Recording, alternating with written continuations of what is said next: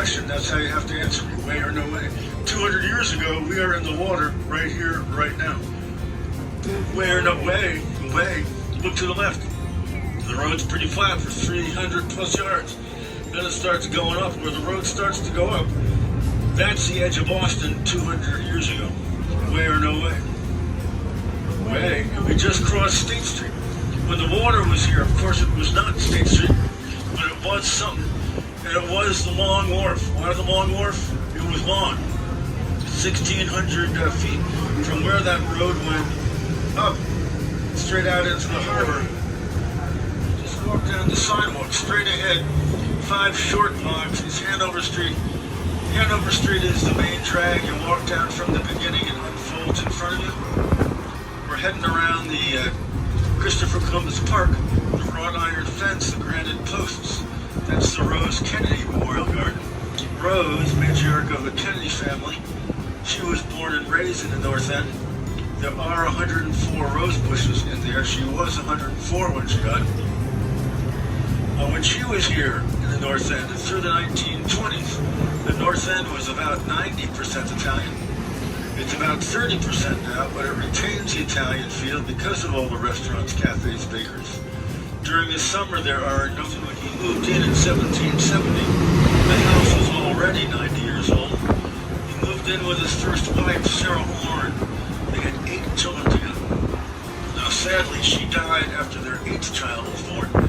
He remarried quickly. 5 months later, he married his first wife's second cousin, Rachel Walker. He had 8 children with Rachel Walker. He had 16. He's been doing this a long time. But he had 248 years ago, right-hand side. That's where the lanterns are put. Some days I just think that's pretty cool. Yeah, that's pretty cool. 248 years ago. Now, off to the right, there's a monument. What is the name of that shape? The name of the shape of that monument? Obelisk, yes, obelisk. And that is the Bunker Hill Monument. Way or no way, the for a number of years it will be done. You're going to want to cross the street and cross on the other side. The other day, a couple of weeks ago, I'm driving across this bridge, and there is a woman pushing a baby carriage with 3 kids under 8 behind her. I said, "Oh, come on!" So I stopped, and I don't think it'll fit. Hey, get on. And so headlines: Trolley driver saves family. No, that's not true. Way. So one of these years this will be done, and boy, won't we be glad. But off to the left, that bridge, that's the Leonard Jacob Bunker Hill Bridge. Was anybody in town 27 years ago and remembers the highway that ran through Boston? When we were sitting at stop number 1, to our left in the greenway there's a 6-lane highway 30 feet in the air zipping through Boston. That was the Big Dig. This this bridge, Leonard Jacob Bunker Hill Bridge, these lanes of traffic go into a tunnel that replaced the elevated highway. Ronald Reagan, Tip O'Neill argued about it in the 80s. Finally funded years of planning. Took 16 years to do it. The obelisks, that's homage to the Battle of Bunker Hill that our ragtag group of fighters held the mighty British Army to FENNEL. So I'm going with Fennel. Don't take my word for it, just go with your gut feeling. But Peter Fennel, a wealthy merchant, he built this and gave it to the city, also called the Cradle of Liberty. And when he built it, it was really close to the harbor's edge, behind Fennel. Now, when we left stop number 1, we looked up the street, the State Street. The road was flat, 150 yards down, where it starts coming up. That's the edge of Boston. And when we get around this corner, we will be at stop number 6. If you're ever in town on July 4th, 10 o'clock in the morning, come to this, here's this goosebump stuff.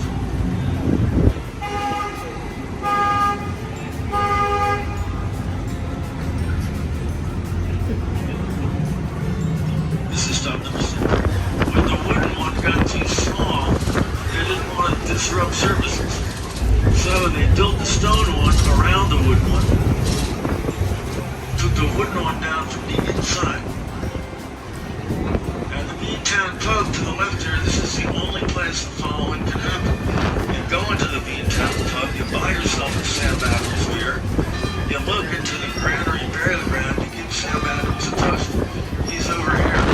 John Hancock, Paul Revere, Benjamin Franklin's parents, victims of the Boston Massacre.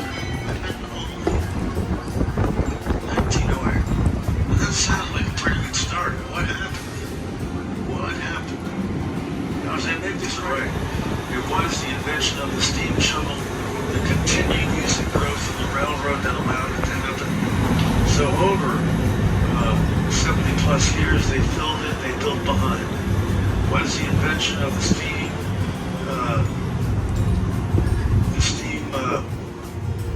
engine and the continued growth of the railroad that allowed it to happen. So until Labor Day, this is the Frolic Pond. There's water in there, and you roam around and you stay cool. In the wintertime, it's a very busy skating rink with a Zamboni machine. I sometimes wonder,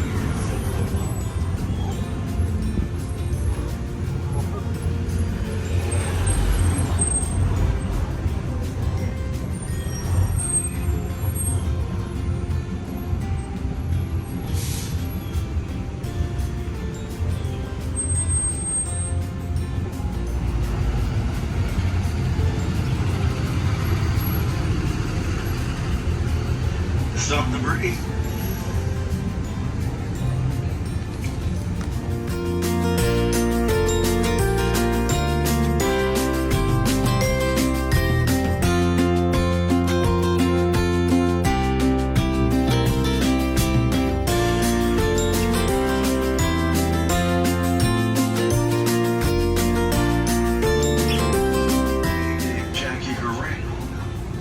And in a Rumpelstiltskin kind of way, you'll never guess who used to work there.